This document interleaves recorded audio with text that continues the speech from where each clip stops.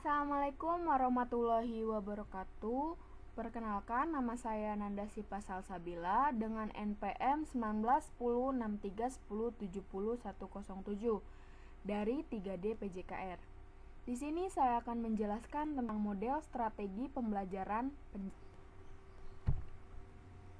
Yang pertama, yaitu pendekatan strategi pembelajaran Penjas menurut Sujana pada tahun 1990. Yang pertama ada pendekatan ekspositori. Metode pembelajaran ekspositori adalah metode pembelajaran yang menekankan kepada proses penyampaian materi secara verbal dari seorang guru kepada sekelompok siswa, dengan maksud agar siswa dapat menguasai materi pelajaran secara optimal. Yang kedua ada pendekatan inquiry, yaitu metode pembelajaran inquiry menekankan kepada proses mencari dan menemukan. Materi pelajaran tidak diberikan secara langsung. Peran siswa dalam metode ini adalah mencari dan menemukan sendiri materi pelajaran, sedangkan guru berperan sebagai fasilitator dan pembimbing untuk siswa belajar. Metode pembelajaran inquiry merupakan rangkaian kegiatan pembelajaran yang menekankan pada proses berpikir, kritis, dan analitis untuk mencari dan menemukan sendiri jawaban dari suatu masalah yang dipertanyakan. Proses berpikir itu sendiri biasanya dilakukan melalui tanya jawab antara guru dan siswa. Strategi pembelajaran ini sering juga dinamakan strategi heuristik, yang berasal dari bahasa Yunani, yaitu heuristein, yang berarti selanjutnya saya yaitu komponen model pembelajaran menurut Bruce dan Marsawell pada tahun 1980. Yang pertama ada orientasi, yaitu pembelajaran berbasis masalah digunakan untuk merangsang berpikir tingkat tinggi dalam situasi berorientasi masalah, termasuk di dalamnya belajar. Peran guru dalam pembelajaran adalah menyajikan masalah, mengajukan pertanyaan, dan memfasilitasi penyelidikan dan dialog. Yang kedua ada sintaks, yaitu langkah-langkah, fase-fase atau urutan kegiatan pembelajaran. Jadi, sintaks itu adalah deskripsi model dalam action. Setiap model mempunyai sintaks atau struktur model yang berbeda-beda. Yang ketiga ada sistem sosial. Deskripsi macam-macam peranan guru dan siswa, deskripsi hubungan hierarkis atau otoritas guru dan siswa, deskripsi macam-macam kaidah untuk mendorong siswa. Sistem sosial sebagai unsur model agaknya kurang berstruktur dibandingkan dengan unsur sinteks. Yang keempat, ada prinsip reaksi, yaitu reaksi guru atas aktivitas siswa. Dalam contoh model B, mungkin selama fase 2, guru memberi contoh cara menyusun konsep, dan siswa membandingkan konsep-konsep mereka. Tetapi, dalam beberapa model, mungkin guru terlibat langsung bersama siswa menyeleksi konsep-konsep itu serta membantu mereka dalam kegiatan-kegiatannya. Jadi, prinsip reaksi ini akan membantu memilih reaksi-reaksi apa yang efektif yang dilakukan oleh siswa. Yang terakhir, ada sistem bantuan. Sistem ini merupakan kondisi yang dibutuhkan oleh suatu model. Jadi, bukanlah model itu sendiri.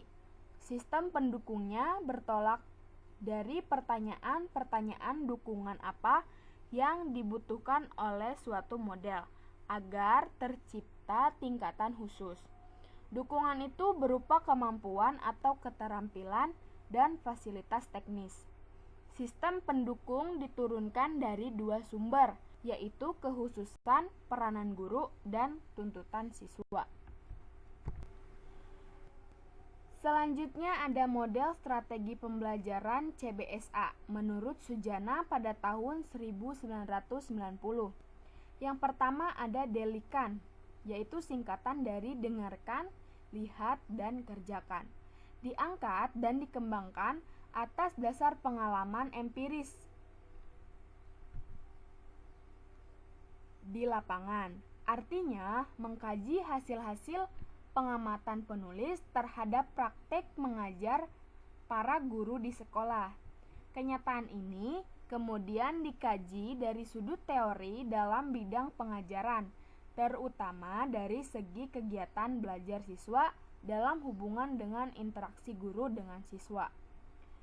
Yang kedua ada brainstorming, yaitu pembelajaran merupakan proses interaksi peserta didik dengan guru dan sumber belajar pada suatu lingkungan belajar.